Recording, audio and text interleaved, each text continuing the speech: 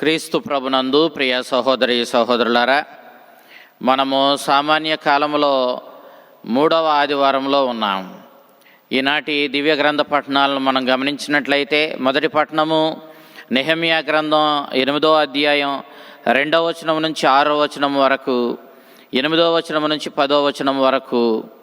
సువిశేషం లోకా శుభవార్త 1వ అధ్యాయం 1వ వచనం నుంచి 4వ వచనం వరకు, 14వ వచనం నుంచి 21వ వచనం వరకు మనం ఆలకించాం. యోధా యెరూషలేము వాసులందరినీ పోగు చేసి వారితో ఎజ్రా అనేటటువంటి యోధ మతనాయకుడు, యాజకుడు ధర్మశాస్త్రం యొక్క ప్రాధాన్యతను వివరిస్తూ వారందరూ ఆ ధర్మశాస్త్రానికి బద్దులై జీవించవలసినటువంటి ఆవశ్యకతను తెలియచేయడాన్ని మనం మొదటి పట్టణంలో ఆలకించాం. యోధా యెరూషలేము వాసులు వారి బబిలోనియా బానిసత్వాన్ని ముగించుకొని తిరిగి వచ్చారు. వారు గుంపులు గుంపులుగా వచ్చినప్పుడు నెహెమ్యా ఒక గుంపుకు, ఎజ్రా వేరొక గుంపుకు నాయకత్వాన్ని వహించి వారిని బబిలోనియా బానిసత్వం అంతమొందించుకొని తిరిగి వారి సొంత దేశానికి తిరిగి రావడంలో దోహదపడ్డారు. వారు తీరా తిరిగి వచ్చిన తర్వాత చూస్తే యెరూషలేము నగరం నాశనం చేయబడింది, దేవాలయం కూల్చివేయబడి ఉంది, వారి పంట పొలాలు బీడులై ఉన్నాయి, వారి యొక్క ఇళ్ళు కూల్చివేయబడి ఉన్నాయి.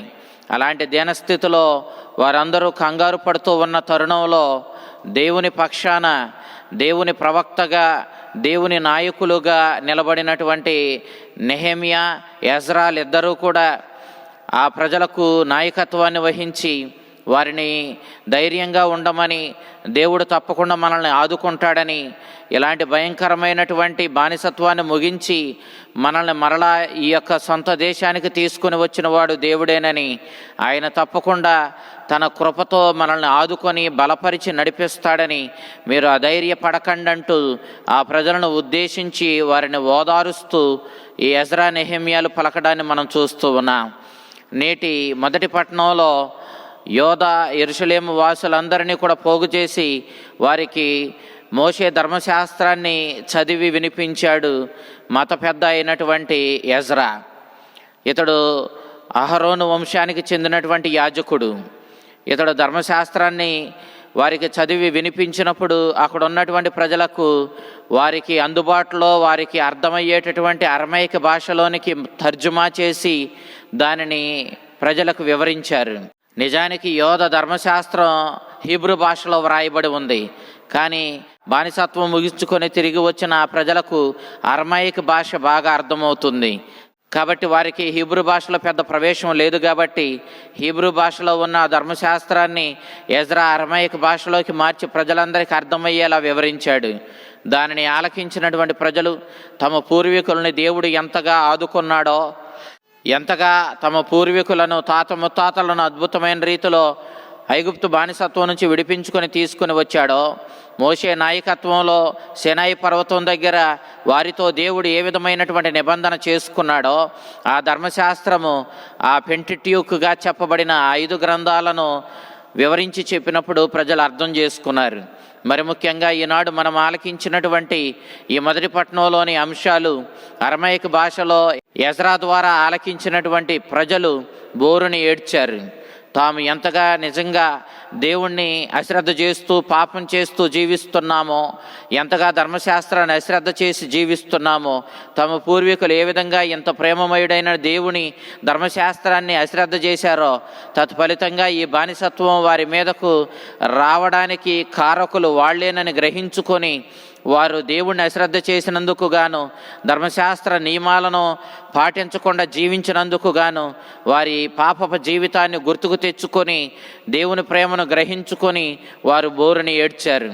అలాంటి సందర్భంలో ఎజ్రా వారిని ఓదారుస్తూ, దేవుడు మీ పాపానికి తగ్గ శిక్షను విధించి మరలా మిమ్ములను మీ బానిసత్వం నుంచి విడుదల చేసి స్వేచ్ఛా స్వాతంత్ర్యాలతో కూడిన మీ సొంత దేశానికి తీసుకుని వచ్చాడు.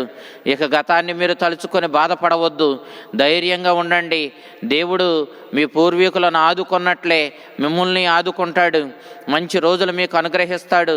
మీరు పండుగ చేసుకోవలసిన రోజులు ఇవి. మీరు దుఃఖించవలసిన సమయం కాదు ఇది. మీరు ధైర్యంగా, సంతోషంగా దేవుడు మీకు తప్పకుండా తోడుగా ఉంటాడనే విశ్వాసంతో మీరు వెళ్ళి పండుగ చేసుకోండి, పిండి వంటలు వండుకొని తృప్తిగా భుజించండి. మీరు భుజించడమే కాదు, లేని వారికి కూడా పంచిపెట్టి నిజమైన పండుగ వాతావరణాన్ని సృష్టించి మీరు సంతోషించమంటూ ఎజ్రా వారిని ప్రోత్సహించడాన్ని మనం మొదటి పట్టణంలో ఆలకిస్తూ ఉన్నాం. సాధారణంగా మనం పండుగలు అనుకుంటే మనం సుఖపడ్డమే పండుగ అనుకుంటూ ఉంటాం. కానీ ఈనాడు ఎజ్రా మరొకసారి యోధ ప్రజలను ఉద్దేశించి మీరు లేని వారికి కూడా మీ వంటలు పెట్టి వారిని తృప్తిపరచి నిజమైన పండుగను మీ జీవితంలో జరుపుకోమని చెప్పి వారిని హెచ్చరించడాన్ని మనం చూస్తూ ఉన్నాం. ఈ ధర్మశాస్త్రాన్ని ఆలకించినటువంటి ప్రజలు అందరూ తదాస్తు తదాస్తు అంటూ సమాధానం ఇచ్చారు. ఆమెననగా అన్నట్లుగానే జరుగునుగాక అని దాని అర్థము. వారందరూ ఆ ధర్మశాస్త్రాన్ని తూచా తప్పకుండా పాటిస్తామని అభయం ఇచ్చారు. ఆ తరువాత వారందరూ సాష్టాంగ నమస్కారం చేశారు. ఆనాటి సాంప్రదాయంలో తమ కంటే గనులు గొప్పవాళ్ళు ముందున్నప్పుడు వారిని గౌరవిస్తూ ప్రజలు సాష్టాంగ నమస్కారం చేసేవాళ్ళు. అదే రీతిలో ఈనాడు ధర్మశాస్త్రానికి, ఆ ధర్మశాస్త్రాన్ని ప్రబోధించిన ఎజ్రాకు ప్రజలు సాష్టాంగ నమస్కారం చేశారు. ఆ విధంగా తమ వినయాన్ని, తగ్గింపుతనాన్ని, తమ గౌరవాన్ని అక్కడున్న ధర్మశాస్త్రానికి ప్రజలు వెల్లడించినట్లుగా మనం చూస్తూ ఉన్నాం. ఈ రీతిగా ఆ ధర్మశాస్త్రం ఎడల తమ భక్తి విశ్వాసాలను ప్రకటిస్తూ ఇక నుండి ఆ ధర్మశాస్త్రాన్ని తప్పకుండా పాటించి ఆ దేవునికి విధేయులమై జీవిస్తామంటూ, ఆ దేవుడి మీదే మా నమ్మకాన్ని ఉంచుకుంటున్నామంటూ యోధ యెరూషలేము వాసులు ప్రకటించడాన్ని మనం చూస్తూ ఉన్నాం. అప్పటికి ఇంచుమించు 700 సంవత్సరాల క్రితం వ్రాయబడినటువంటి ఆ పెంటెట్యూక్, ఆ మొదటి 5 గ్రంథాలు మోషే ద్వారా అందించబడినటువంటి గ్రంథాలుగా చెప్పబడిన వాటిలో కొద్ది భాగాన్ని ఈనాడు ఎజ్రా యాజకుడు చదివి వినిపించగా ప్రజలు ఆలకించి చాలా సంతోషించారు. నేటి సువిశేషాన్ని మనం చూసినప్పుడు లూకా శుభవార్త 1వ అధ్యాయం 1వ వచనం నుంచి 4వ వచనం వరకు, 4వ అధ్యాయం 14వ వచనం నుంచి 21వ వచనం వరకు మనం ఆలకించాం. గ్రీకు రచయితలు ఏ విధంగా తమ రచనలను కొనసాగించేవాళ్ళో అదే రీతిలో లూకా కూడా తన రచనను కొనసాగించాడు. నిజానికి అప్పటికి యేసుక్రీస్తు మోక్షారోహణమై 30 సంవత్సరాలు దాటిపోతూ ఉన్నాయి. లూకా ఒక గ్రీకు దేశస్థుడు కాబట్టి అతడు యేసుక్రీస్తును గూర్చి విన్నటువంటి విషయాలను పొందుపరుస్తూ తన రచనను రాసినట్లుగా తెలియచేశాడు. అయితే ప్రజల నోటి ద్వారా విన్నటువంటి మాటలే కాకుండా తానే స్వయంగా యేసుక్రీస్తుని దర్శించుకున్న వాళ్ళు, ఆయనకు సాక్ష్యం పలికే వాళ్ళు ప్రకటించిన అంశాలను వాళ్ళ దగ్గర నుంచి క్రోడీకరించి సేకరించి, అంతే రీతిలో యేసుక్రీస్తు యొక్క అపోస్తుల ద్వారా మాత్రమే కాకుండా ఇంకా ఆ అపోస్తుల ద్వారా తెలుసుకున్న అంశాలను ప్రకటించిన పౌలు వంటి వారితో అతనికి మంచి స్నేహము, వారితో మంచి పరిచయం ఉంది కాబట్టి వారి దగ్గర నుంచి కూడా సేకరించిన అంశాలను జతచేసి పౌలు గారు సెసారియాలో బంధించబడినప్పుడు పాలస్తీనా ప్రాంతానికి వెళ్ళి అక్కడ కొంతమంది అపోస్తులతో తనకు కలిగినటువంటి పరిచయం ద్వారాను, అటు తరువాత స్వయంగా యేసుక్రీస్తుని తల్లి అయిన మరియమాతను తానే స్వయంగా దర్శించుకొని ఆమె ద్వారా తెలుసుకున్నటువంటి అంశాలను పొందుపరుస్తూ అతడు తన సువార్తను వ్రాసినట్లుగా మనకు తెలియచేశాడు. తాను అపోస్తుల కార్యాలను వెల్లడి చేస్తూ కూడా అతడు 2వ గ్రంథాన్ని వ్రాశాడు. ఈ లూకా వ్రాసినటువంటి ఈ మొదటి గ్రంథాన్ని తెయోఫేలు అనేటటువంటి అతనిని ఉద్దేశించి అతనికి తెలియపరిచినట్లుగా తన రచనలు రాశాడు. ఈ తెయోఫేలు ఎవరో అన్నది మనకు తెలియదు. అయితే ఒకటి మాత్రం వాస్తవము, లూకా వ్రాసినటువంటి ఈ సువార్త కానివ్వండి, ఆ అపోస్తుల కార్యాలనే 2వ గ్రంథం కానివ్వండి, ఈ 2 గ్రంథాలు కూడా స్వయంగా క్రైస్తవ సమూహాన్ని ఉద్దేశించి వారికి వాస్తవాలు వెల్లడి చేయడానికి, వారి విశ్వాసాన్ని బలపరచడానికే వ్రాసినట్లుగా మనం గ్రహిస్తూ ఉన్నాం. ఆయన క్రీస్తు శకం 61-63 సంవత్సరాల మధ్య కొందరు అపోస్తులను కలుసుకున్నాడు. అదే రీతిలో పునీత పౌలు కైసరియాలో బంధించబడినప్పుడు 59వ సంవత్సరం నుండి 61వ సంవత్సరం మధ్య పాలస్తీనాలో మరియ తల్లిని కలుసుకోవడం, ఆ తల్లి ద్వారా అనేక విషయాలు తెలుసుకోవడం, తద్వారా తెలుసుకున్న అంశాలను పొందుపరుస్తూ క్రీస్తుని బాల్యం గురించి కూడా మరే సువార్తకారుడు వ్రాయనటువంటి అంశాన్ని, యేసుక్రీస్తుని యొక్క బాల్యం గురించి కూడా అతడు మనకి వర్ణించడాన్ని మనం చూస్తూ ఉన్నాం. ఈ రీతిగా లోకా సువార్తకారుడు అనేక మంది క్రీస్తుని యొక్క రక్షణ చరిత్ర గురించి వివరించడానికి ప్రయత్నించిన ఒక్క మత్తయి సువార్తకారుడు, మార్కు సువార్తకారుడు మాత్రమే ఆ క్రీస్తుని రక్షణ చరిత్రను అందించడంలో సఫలమయ్యారన్నట్లుగాను, తరువాత తాను ఆ క్రీస్తుని యొక్క రక్షణ చరిత్రను, అతని యొక్క మనుష్యావతారాన్ని, అతని యొక్క బహిరంగ జీవితాన్ని, అటు వెనుక అతని శ్రమలను, మరణాన్ని, పునరుత్థానాన్ని, అతని యొక్క మోక్షారోహణ విషయాలన్నిటినీ కూడా పొందుపరచడానికి తనకు సరైనటువంటి ఆధారాలు ఉన్నవని సరిగానే పరిశోధన చేసి అనేక మంది నుంచి సేకరించిన అంశాలను క్రోడీకరిస్తూ తన సువార్తను వ్రాసినట్లుగా లోకం మనకు తెలియజేయడాన్ని మనం చూస్తూ ఉన్నాం. క్రీస్తు ప్రభు యోర్దాను నదిలో బప్తిస్మ యోహాను చేతిలో బప్తిస్మం పొందిన తరువాత తాను సాతాను చేత శోధించబడి అటు వెనుక తన బహిరంగ జీవితాన్ని ప్రారంభించినట్లుగా మనం చూస్తూ ఉన్నాం. క్రీస్తు తన యొక్క బహిరంగ జీవితంలో గలిలియా ప్రాంతాన్ని కేంద్రంగా చేసుకొని తన సువార్తను ప్రబోధించాడు.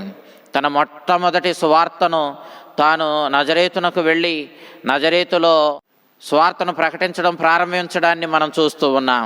యేసుక్రీస్తు ప్రార్థనా మందిరంలోనికి వెళ్ళినప్పుడు సాంప్రదాయం ప్రకారం అక్కడికి వెళ్ళిన భక్తుల్లో ఎవరో ఒకరిని ఆనాటి పట్టణం చదవమని అడుగుతారు.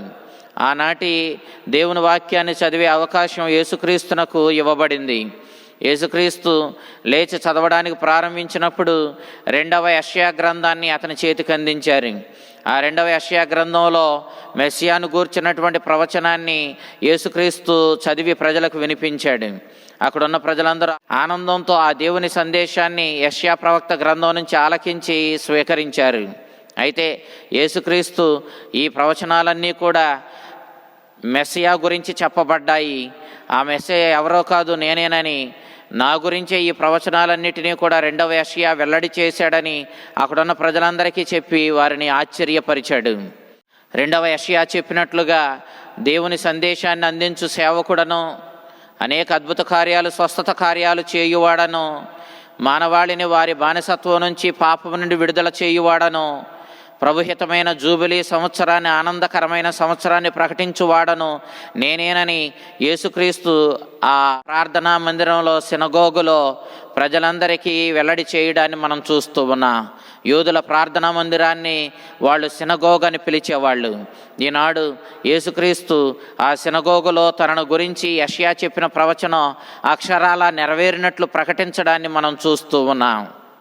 ఈ రీతిగా నజరేతు ప్రార్థనా మందిరంలో యేసుక్రీస్తు తనను గురించి తాను వెల్లడి చేయగా అక్కడున్న ప్రజలందరూ కూడా ప్రభు మాటలను ఆలకించి ఆశ్చర్యపోయారు.